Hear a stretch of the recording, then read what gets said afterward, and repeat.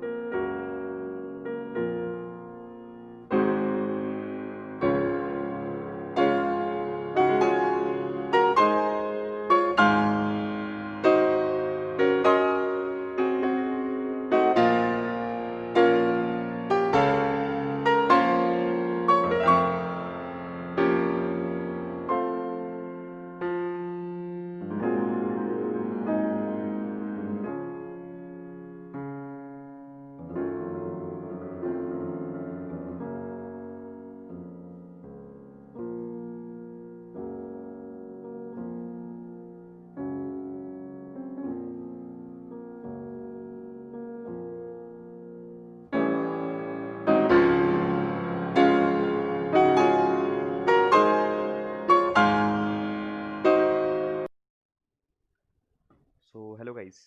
अभी ये तक आपने देखा होगा कि definition wise callbacks, promises and async await क्या होता है, एसिंक एंड सिंक्रोनस प्रोग्रामिंग क्या होता है।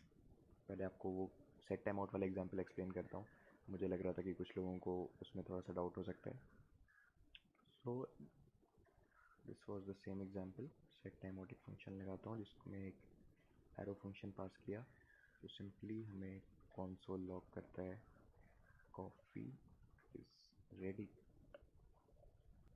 आफ्टर 2 सेकेंड्स लेट से। उसके बाद दो सिंपल कॉल कंसोल लगाया, हे मैक्स एंड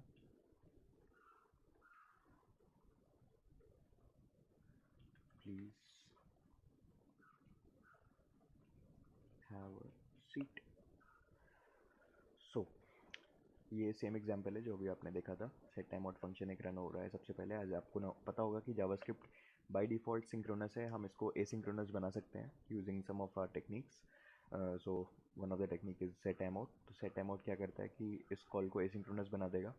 जो रिमेनिंग है वो नॉन ब्लॉकिंग के फॉर्म में इसका वेट नहीं करेंगे इसको कंप्लीट होने का। By the time it gets completed ये दोनों अपने आप का अपना एग्जीक्यूशन स्टार्ट कर देंगे। कैसे करेंगे, let's see in the real life output. So पहले हम सेव कर लेते हैं index.js। मैं आपको बता दूं, मैं टेक्स्ट एडिटर में विजुअल स्टूडियो कोड यूज़ कर रहा हूँ। आप कोई भी अपने फेवरेट यूज़ कर सकते हो, सबलाइन टेक्स्ट वगैरह। मैं इसको प्रेफर करता हूँ बिकॉज ऑफ थोड़ा सा इसमें मुझे प्रिटियर फॉर्मेट्स वगैरह अच्छे लगते हैं। So let's start with testing this particular file node index.js।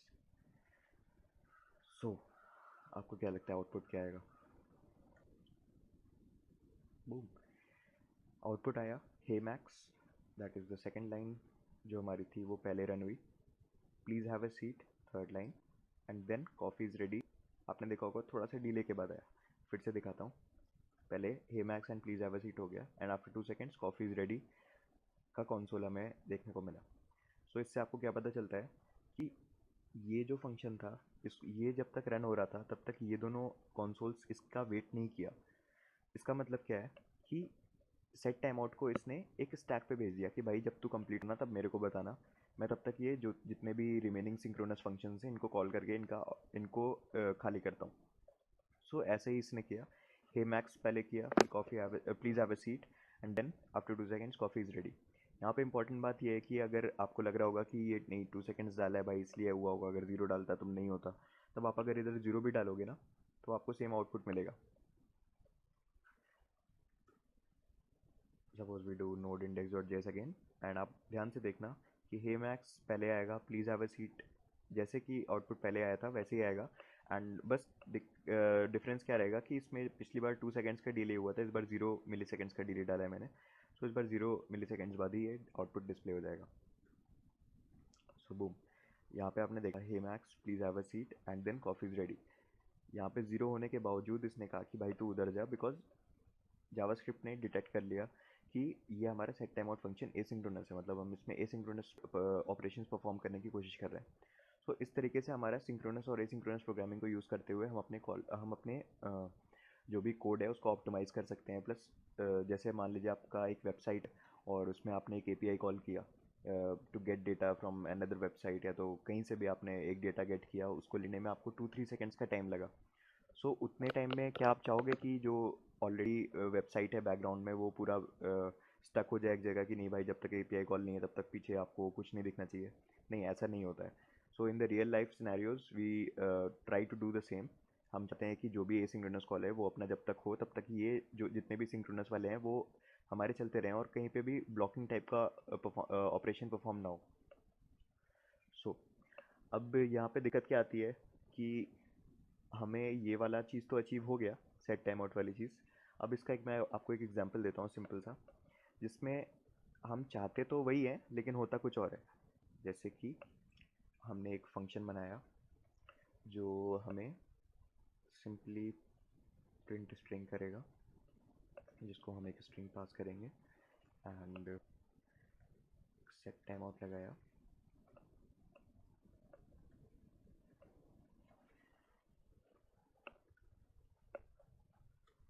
ये सिंपली कंसोल लॉग कर रहा है उसी स्ट्रिंग को जो हम इसको पास कर रहे हैं,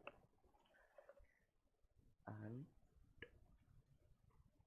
एक रैंडम अमाउंट ऑफ टाइम के बाद मैं इसको आउटपुट करवाना चाहता हूँ। मैप डॉट रैंडम 200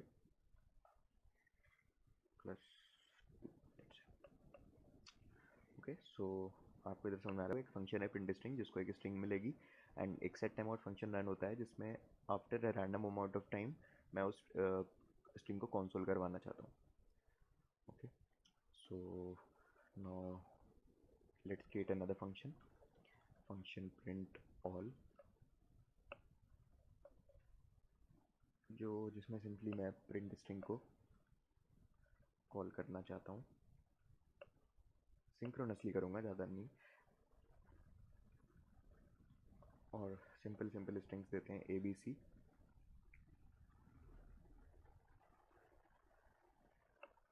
इसका मतलब कि मैं जब ये फंक्शन रन करूँ तो मैं चाहता हूँ प्रिंट स्ट्रिंग पहले A को कंसोल करे, B को करे, C को करे, after a random amount of time that I don't care. And इस फंक्शन को कॉल करते हैं प्रिंट ऑल। ओके, सो चलिए देखते हैं यहाँ पे आउटपुट में क्या होता है। नोड इंडेक्स डॉट जेएस, सो आपको देखने को मिल रहा होगा BAC। सो ये कैसे हुआ, ये आपको थोड़ा सा टाइम लगेगा समझने में, बट ये वाली लाइन पे आप थोड़ा सा फोकस करो तो आपको समझ में आएगा। मैंने इसको एक रैंडम अमाउंट ऑफ टाइम दिया हुआ है। सो जब ये ए प्रिंट स्ट्रिंग हुआ तो इसको एक अलग टाइम मिला, बी हुआ तो इसको एक अलग टाइम मिला, सी हुआ तो अलग टाइम मिला। सो बिकॉज ऑफ दिस मैं नेक्स्ट टाइम करूँगा तो मे भी अलग आउटपुट आए। सी सी ए भी आया आउटपुट, मतलब सी का टाइम और कम हो गया, तो जैसे जैसे ही जिनका इनका होता गया वो अपना कंसोल लॉग अपने प्रिंट करते गए। सो इससे हमें जो चाहिए था वो तो एग्जैक्टली नहीं मिल पाया, बिकॉज देखिए अब AC भी आ रहा है, कभी अलग आ रहा है कभी अलग, तो एक डेफिनेट रिजल्ट तो नहीं मिला, हमारा फंक्शन तो सही है। सो इसके लिए आया कॉलबैक्स। कॉलबैक्स क्या होता है कि जब ये वाला हो जाए तब सेकेंड वाला फंक्शन रन हो, तो जैसे कि आप लिटरल मीनिंग समझो कि कॉल बैक में हम चाहते हैं कि ए फंक्शन रन हो जाए तब बी वाला फंक्शन कॉल हो। ओके, बस आप इतना इस सेम लाइन को आइडिया बना के चलो and let's move on to another example to understand clearly what are callbacks. Okay, so callback में let's create another example.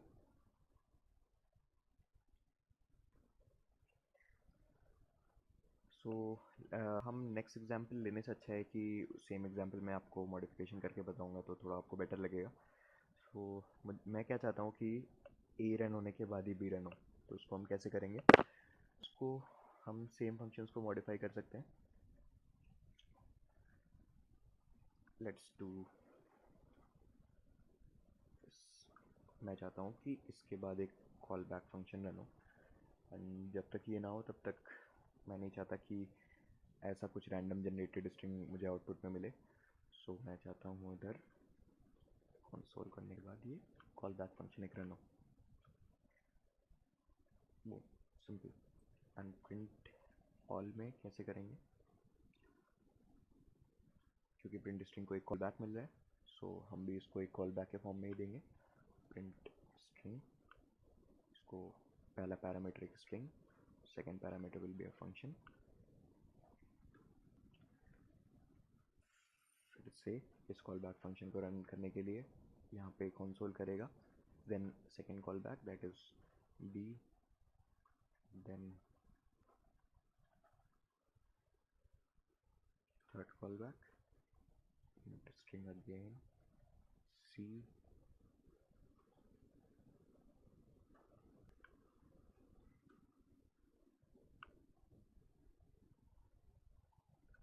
that's it I think. So let's test this. So wow, we're getting what exactly is expected. So आपने देखा कि call back add करने से कितना ज़्यादा efficiently अब अपना कोड रन कर रहा है। दैट मीन्स मैं आपको एग्जीक्यूशन समझाता हूँ कैसे हुआ।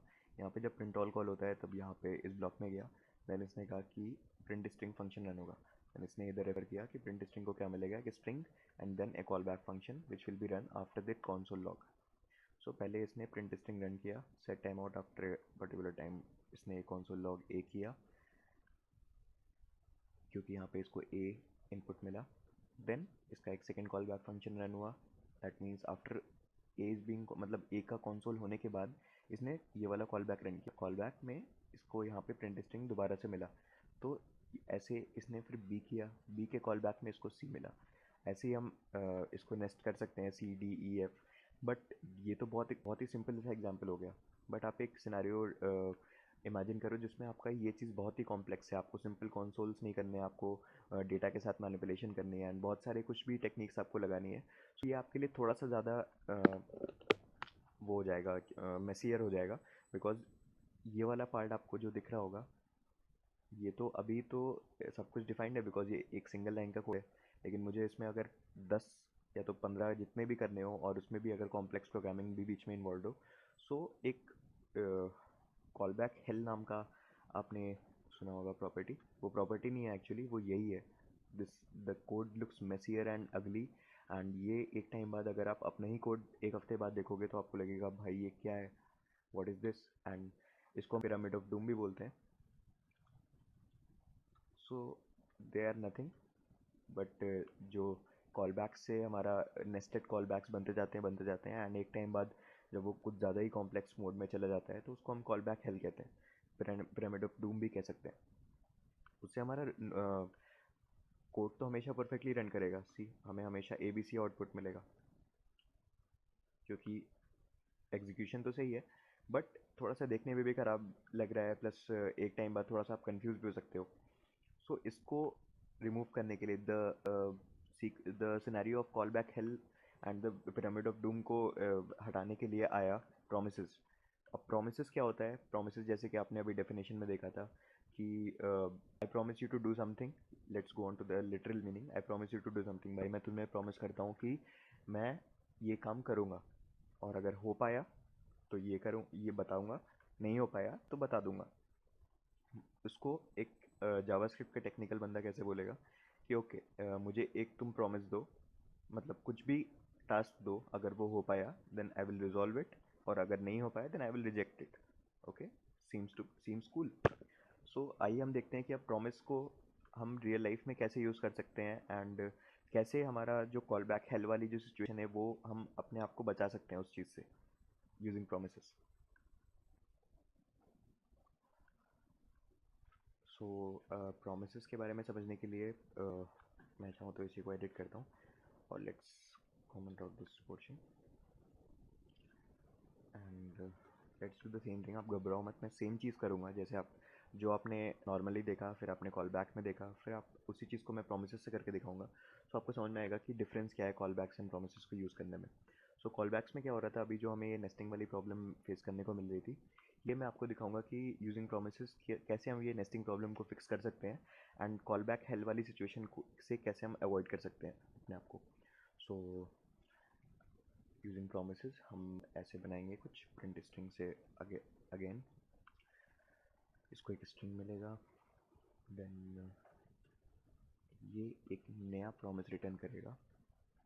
सो गाइज, अगर आपको न्यू प्रॉमिस कोई भी जनरेट करना है तो उसका एक सिंटैक्स मैं आपको बता देता हूँ। कॉन्स्ट, सपोज आपका प्रॉमिस का नाम है promise 1, simply new promise accepts resolve reject parameter, and उसके अकॉर्डिंगली आप कुछ भी कर सकते हो। ओके,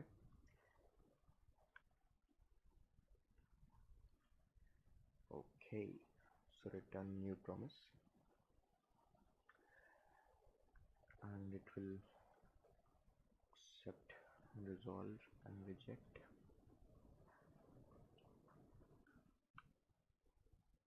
and यहाँ पे मैं वही कर रहा हूँ set timeout जो हम अभी कर रहे थे।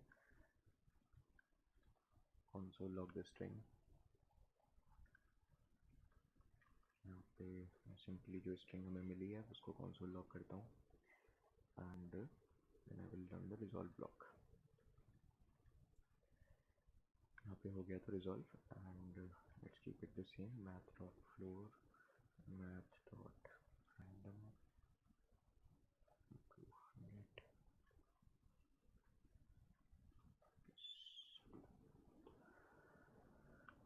ओके, सो आई थिंक यहाँ तक सही है। ग्रेट। सो अभी आपको दिख रहा होगा कि ये थोड़ा सा सिमिलर दिख रहा है पहले जैसे ही, बस यहाँ पे हमारा फंक्शन प्रिंट स्ट्रिंग कुछ ऐसा था, यहाँ पे हम एक स्ट्रिंग ले रहे थे और कॉल बैक रन कर रहे थे। अभी हमने थोड़ा सा इसको रीडिफाइन किया, यहाँ पे अभी भी हमको स्ट्रिंग मिल रहा है but it returns a new promise जो इन return resolve reject function run करता है, एंड उसके अंदर सेम चीज़ हो रही है, कंसोल लॉग हो रहा है स्ट्रिंग का, then resolve block continues the execution. Then now write the print all function जिससे हम टेस्ट कर सकते हैं कि कैसे रन हो रहा है। फंक्शन प्रिंट ऑल, इसमें हम कैसे रन करेंगे, अब यहाँ पे आपको दिखाऊंगा कि जो कॉल बैक हेल वाला सिचुएशन यहाँ पे क्रिएट हो रही थी, ये नेस्टेड वाली चीज़, ये हम कैसे बचा सकते हैं efficiently using promises.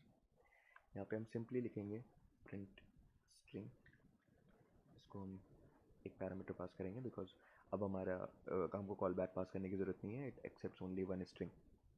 Okay, so हम कैसे बोलेंगे, because it returns a new promise, so इसको हम एक डॉट देन और डॉट कैच ब्लॉक में इसका रिस्पॉन्स या तो एरर को कैच कर सकते हैं। ये सबसे ही ज़्यादा इंटरेस्टिंग चीज़ होती है प्रॉमिस की, कि अगर आपका जो भी प्रॉमिस है वो रिजॉल्व हो गया तो वो रिजॉल्व ब्लॉक में जाता है, जैसे कि हमने यहाँ पे लिखा कि यहाँ पे ये रिजॉल्व ब्लॉक में जा रहा है अगर कॉन्सोल ये वाला सेट टाइम आउट वाले फंक्शन में, एंड अगर रिजेक्ट होता है और कोई एरर फेंकता है आपका प्रोग्राम तो वो एरर ब्लॉक में जाता है। कूल। सो प्रिंट स्ट्रिंग ए होने के बाद हम इसको कैसे लिख सकते हैं, डॉट देन, कि मतलब प्रिंट स्ट्रिंग ख़त्म होने के बाद, डॉट देन ख़त्म गलत वर्ड है एक्चुअली में, रिजॉल्व या रिजेक्ट होने के बाद डॉट देन में अगर उसका रिस्पॉन्स आता है so just return print string B. Cool. इसका मतलब है कि प्रिंट स्ट्रिंग ए हो जाए देन ये होने के बाद आप प्रिंट स्ट्रिंग भी करो, ऐसे ही इसको नेस्ट कर सकते हैं। देन एक और फंक्शन रन होगा जो रिटर्न करेगा print string C. Okay, cool. So आइए इसको टेस्ट करके देखते हैं कि ये कैसे हो रहा है।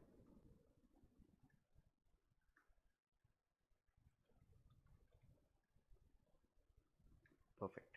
सो अभी हमें डिज़ायर्ड आउटपुट मिल रहा है एंड आप देखोगे कि ये जो ब्लॉक है ये कितना अच्छा लग रहा है as compare to this one. इसमें आप कंफ्यूज होते जाओगे कि भाई ये इसके बाद क्या है, इसके बाद क्या है, इसके बाद या। सो यहाँ पे हम ऐसे डॉट देन का यूज़ कर सकते हैं। एंड सपोज़ कोई आपको एरर आ रही है, देन सिंपली डॉट कैच में आप एरर को यहाँ कैच कर सकते हो as an arrow function.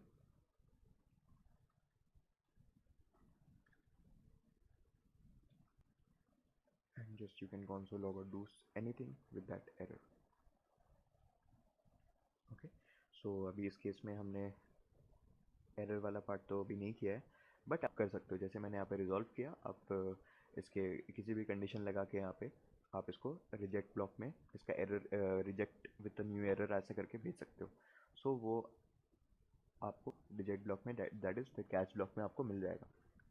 So I hope this much is clear. And चलिए अब मैं आपको बताऊंगा कि ये तो हो गया हमारा प्रॉमिस। अब अच्छा हाँ, one one more concept, promise dot all क्या होता है। Promise dot all is nothing, मैं आपको अलग से एक्सप्लेन करता हूँ। जैसे आपके पास समझ लीजिए कि प्रॉमिस वन करके एक न्यू प्रॉमिस जिसके पास resolve and reject, then you are doing something and coping this. Then आपके पास दूसरा कोई प्रॉमिस भी है, उसमें फिर से ऐसा कुछ हो रहा है एंड तीसरा भी है। जितने भी आपको आपने मान लीजिए अगर कई सारे प्रोमिस का यूज़ किया हुआ है अपने कोड में, तो इसको आप चाहते हो कि सबका रिस्पॉन्स यार मुझे अलग अलग इसका dot then dot catch block बनाना है और करना सेम चीज़ है इसके रिस्पॉन्स से। सो उसको मैं ऐसा कुछ नहीं है कि या कि साथ में इन सारे प्रोमिस का रिस्पॉन्स या तो रिजेक्ट या तो एरर के साथ खेल सकूँ, ज़रूर है। So this is promise dot all, यहाँ पे सीन में आता है। इसमें क्या करते हैं, एक एरे ऑफ पैरामीटर्स लेता है जिसमें हम जितने भी प्रोमिसेस साथ में रन करने हैं वो पास करेंगे एंड इसका जो भी रिस्पॉन्स आएंगे इस तीनों के,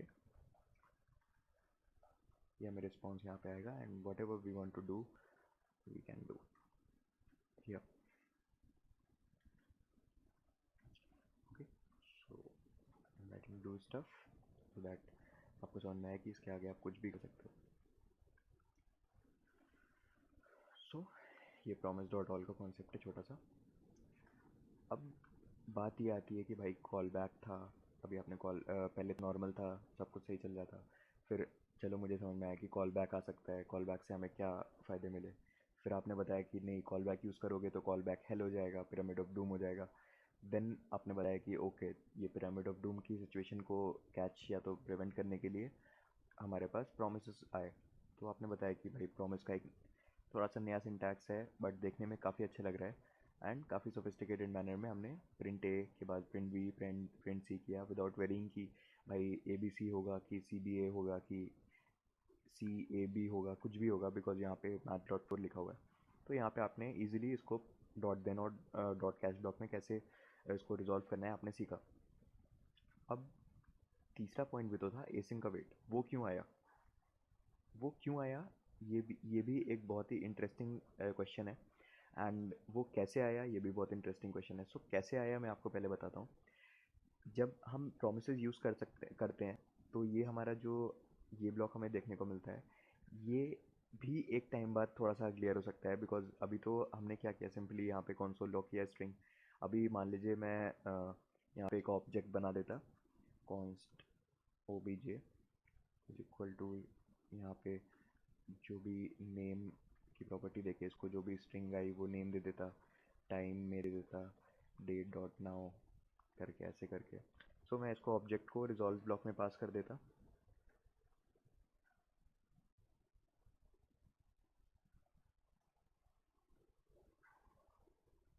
सो इधर आपको ऐसा एज अ रिस्पॉन्स यहाँ पे आपको डॉट देन डॉट कैच में आप पा सकते थे रिस्पॉन्स में what is the object and तो ये तो सिंपल सा था, मैंने यहाँ पे रिजॉल्व में ऑब्जेक्ट पास किया। बट आप कुछ सिनेरियो सोच सकते हो जिसमें आपको बड़े बड़े प्रोमिस से डील करना होगा एंड उसके बाद promise dot all, promise dot reject और ये सब करते करते आपका भी दिमाग उसमें भी ख़राब हो सकता है। सो एसिंक का वेट क्या है कि एक मोर ह्यूमन अंडरस्टैंडेबल फॉर्म है कि इस प्रोमिस को थोड़ा सा ज़्यादा अच्छे से यूज़ करने में है, कुछ नहीं होता, सेम एग्जैक्टली सेम चीज़ है। अगर आपने जनरेटर फंक्शंस के बारे में थोड़ा बहुत देखा होगा तो यील्ड क्या करता है आपको थोड़ा बहुत पता होगा। यील्ड क्या करता है, it waits for that particular उसके ऊपर वाले जो भी पार्ट है उसको एग्जीक्यूट होने का वेट करता है और उसके होने के बाद ही वो अपना आगे वाली चीज़ एग्जीक्यूट करता है। Okay, well and good. So अब हम समझेंगे कि एसिंक का वेट ये चीज़ कैसे करता है। एसिंक और अवेट। एसिंक क्या होता है, अगर हम किसी फंक्शन के आगे ये जैसे हमारा नॉर्मल फंक्शन है फंक्शन प्रिंट ऑल, अगर हम इसके आगे एसिंक लगा देंगे तो it becomes N async function. that is now the print all function is asynchronous in nature and किसी भी फंक्शन को एसिंक बनाने के लिए हम सिंपली उसके आगे एसिंक लगा सकते हैं एंड उस अवेट कीवर्ड यूज़ करने के लिए, अवेट का मतलब क्या होता है, वेट, सिंपली वेट, आप ये समझो अभी कि भाई वेट करो, इसके ऊपर वाला होने दो तब ये करना, या तो इसके पहले वाला होने दो तब इसके बाद वाला करना। तो अगर आप अवेट लगा देते हो बीच में, then it waits for that particular execution to complete, to continue to the further executions. Okay, so चलिए बहुत हो गई बातें, अब हम आपको सीधे सीधे दिखाते हैं कि how can we use async का वेट एफिशिएंटली और वो कितना ज़्यादा ही अच्छा लगता है मेरे को। तो मैं तो बहुत ही इम्प्रेस्ड हूँ एसिंक का वेट से, बिकॉज अब जो जिस लेवल पे मैं कोड करता हूँ तो उस लेवल पे मुझे बहुत ही ज़्यादा यूज़फुल होता है वो।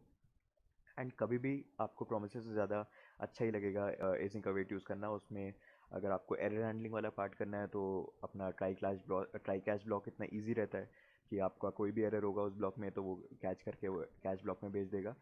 एंड तो ये इसलिए मुझे थोड़ा सा अच्छा लगता है। नो, मैं आपको दिखाता हूँ कि इस सेम चीज़ को हम एसिंक का वेट से कैसे फॉलो अप कर सकते हैं। सो मैं इस कोड को फिर से कमेंट आउट करूँ कि ना करूँ। ओके, सो अभी मैं प्रिंट ऑल को ही कर देता हूँ।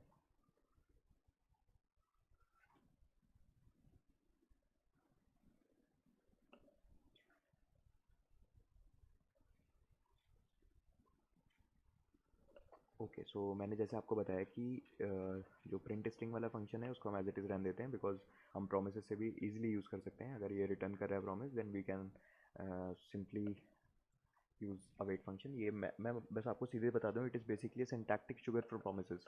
ये आपका जो एसिंक्रोनस कोड है उसको थोड़ा सा सिंक्रोनस टाइप का आपको फील देगा कि हाँ भाई इसके बाद ये, इसके बाद ये, इसके बाद ये। So it makes your asynchronous code looks more like synchronous और प्रोसीजरल कोड, जो कि ह्यूमंस के लिए अंडरस्टैंड करने के लिए थोड़ा इजी पड़ता है। सो अब हम सेम प्रिंट ऑल फंक्शन को लिखते हैं विथ एन एसिंक वर्जन। सो इसके लिए मैं उसको इसके आगे एसिंक लगाऊंगा, फंक्शन प्रिंट ऑल। आप मेरे साथ ही फॉलो अप करोगे तो आपको समझ में आएगा कि कितना ही ज़्यादा इजी और एफिशिएंट है। अब इसमें मैं क्या कर रहा था कि मैं इनिशियली क्या चाहता था कि पहले ए प्रिंट हो, देन बी प्रिंट हो, देन सी प्रिंट हो। सो इसका यूज़ करते हुए हम अवेट को यूज़ कर सकते हैं, जिसमें इसमें हम पहले प्रिंट स्ट्रिंग ए फंक्शन दौड़ाएंगे, देन इसको कहेंगे भाई रुको, जब ये प्रिंट ए हो जाए तब देन रन प्रिंट बी, फिर से प्रिंट स्ट्रिंग सी। सो इसमें क्या हो रहा है, हमने एसिंक लगा दिया और एसिंक लगाते ही हम अवेट यूज़ कर सकते हैं। प्लीज़ रिमेंबर कि अगर आप कहीं पे आपकी एरर आ रही हो अजीब से और आप बहुत देर से स्टक हो एंड आपने एसिंक नहीं लगाया एंड डायरेक्ट आप अवेट यूज़ कर रहे हो, देन दिस इज़ रॉन्ग। आपको अगर अवेट यूज़ करना है अपने फंक्शन के अंदर, देन डेफिनेटली आपको एसिंक लगाना ही पड़ेगा, बिकॉज वो एसिंक्रोनस फंक्शंस को ही प्रोवाइड करते हैं। सो अब आप देखो ये मैं इसको कमेंट आउट करता हूँ एक सेकेंड के लिए। हाँ, तो इसमें और इसमें देखो 3 लाइन का कोड है और ये 1 2 3 4 5 6 एंड थोड़ा सा ज़्यादा कॉम्प्लिकेटेड इसमें भी फीलिंग आ रही है। एंड ये तो बिल्कुल ही सही है कि async function print all run होगा, देन इसका रन होने का वे करो, ये हो गया, देन प्रिंट ए करो, देन प्रिंट को बी को बोलेगा कि नहीं, अपने एग्जीक्यूशन होने से पहले आप प्लीज़ वेट करो प्रिंट ए का, जब प्रिंट ए हो गया देन दिस ब्लॉक रन्स, उसके बाद सी को भी सेम फॉलो होगा कि बी का वेट करेगा और बी होने के बाद ये प्रिंट सी करेगा। सो अपने इसको वापस से कमेंट कर देता हूँ, save the file and let's run and see. Cool. So as desired हमें आउटपुट तो सेम मिल रहा है, प्लस हमने अपने कोड को कितना ही ज़्यादा एफिशिएंट और स्मूथ लुकिंग बना दिया। अब हमें लग रहा है कि ये है तो एसिंक्रोनस, लेकिन हमें लग रहा है कि ओके पहले प्रिंट स्ट्रिंग ए हो रहा है, फिर बी हो रहा है, फिर सी हो रहा है, like console a console B console सी। सो कितना ज़्यादा ही एफिशिएंट और गुड लुकिंग हो गया हमारा code. So this is all about async await. यहाँ से मैंने स्टार्ट किया था कि आपको बताया था कि अगर आप चाहते हो कि एक रैंडम अमाउंट ऑफ टाइम बाद हमारा नॉर्मल हो, तो अगर आप बेसिकली इनिशियली कॉल करोगे console log a console log b console log c with a set timeout of math dot random, तो आपको दिख रहा था कि कभी ए बी सी जनरेट हो रहा था, कभी बी ए सी जनरेट हो रहा था, कभी सी ए बी। सो अगर हमें एक प्री डिफाइंड डिजायर्ड आउटपुट चाहिए तो उसके लिए हमने कॉल बैक्स का यूज़ किया सबसे पहले कि भाई तुम्हारे पास स्ट्रिंग आएगी, उसके बाद ही आप एक कॉल बैक फंक्शन रन करना। तो इसने क्या किए कि स्ट्रिंग आती थी, वो कंसोल करता था, देन ये कॉल बैक फंक्शन रन होता था। हम इसको कॉल कैसे किए, प्रिंट स्ट्रिंग ए, उसके बाद ये कॉल बैक फंक्शन जो रन होने के लिए बी, फिर उसके कॉल बैक में सी। उसके बाद मैंने आपको बताया कि ये ज़्यादा ही कॉम्प्लेक्स हो जाएगा अगर आप अभी तो बस कंसोल कर रहे हैं, बाकी अगर आपका बहुत लार्ज फंक्शंस है या तो नेस्टेड प्रोग्रामिंग आपको करनी है, देन कॉल बैक हेल और पिरामिड ऑफ डूम का सिचुएशन क्रिएट होती है जो हम कभी भी नहीं चाहते एंड बहुत ही ज़्यादा कॉम्प्लेक्स लगने लगता है एक टाइम बाद कोड। सो इसके लिए प्रोमिसेस आया। प्रोमिसेस क्या करता है, हमें डॉट देन और डॉट कैच ब्लॉक में एकदम सोफिस्टिकेटेड मैनर में रिस्पॉन्स और एरर ब्लॉक, जो रिस्पॉन्स और एरर ब्लॉक हमें जनरेट होके मिलता है उसके बारे में डील करना, एंड उसको हम कैसे सोफिस्टिकेटेड मैनर में उसको लाइक इम्प्लीमेंट कर सकते हैं अपने कोड में, ये आपको प्रोमिसेस ने बताया। सो उसमें हमारा एक रिजॉल्व एंड रिजेक्ट ब्लॉक होता है। काम सेम हो रहा था बट थोड़ा सा ज़्यादा सोफिस्टिकेटेडली। एंड लास्टली आया एसिंक अवेट। एसिंक अवेट मैंने आपको बताया सिंटैक्टिक शुगर है फॉर प्रोमिसेस। सो ये हमारे कोड को थोड़ा सा ज़्यादा ह्यूमन अंडरस्टैंडेबल फॉर्म में ले आता है एंड जो हमारा एसिंक्रोनस कोड है उसको मोर लुकिंग लाइक सिंक्रोनस बनाता है। सो इस तरीके से मैं एसिंक अवेट बहुत ज़्यादा प्रेफर करता हूँ, but the basic concept should be remembered that callbacks क्यों आया, प्रोमिसेस क्यों आया एंड एसिंक अवेट क्या है, क्यों आया एंड इसके बेनिफिट्स क्या हैं। तो अभी आपको एग्जांपल्स के बाद बेनिफिट्स तो सीधे सीधे पता ही चल रहे होंगे। प्रोमिसेस कितना ज़्यादा बेनिफिट देता है as compare to callbacks, and callbacks भी प्लेन जावास्क्रिप्ट में अगर आप उसी चीज़ को पाने की कोशिश करते हैं, then callbacks is more beneficial than using the normal thing. And उसके बाद भी अगर आपको सब प्रोमिसेस एंड कॉल बैक्स का अच्छे से कॉन्सेप्ट पता है, देन आप एसिंक अवेट यूज़ कर सकते हो, जिससे आपका कोड बिल्कुल ही फ्रेश और गुड लुकिंग हो जाता है। ओके, सो आई होप आप सबको समझ में आया होगा। एंड मैं हूँ Manas Dwivedi. Let's meet in the next video that will come maybe next week, और उसमें हम ऐसे ही छोटे छोटे टॉपिक्स के बारे में अब डिस्कस करेंगे। That is the next topic will be chosen by Shivam. So bye guys, let's meet in the next video and I hope you enjoyed it. Thank you.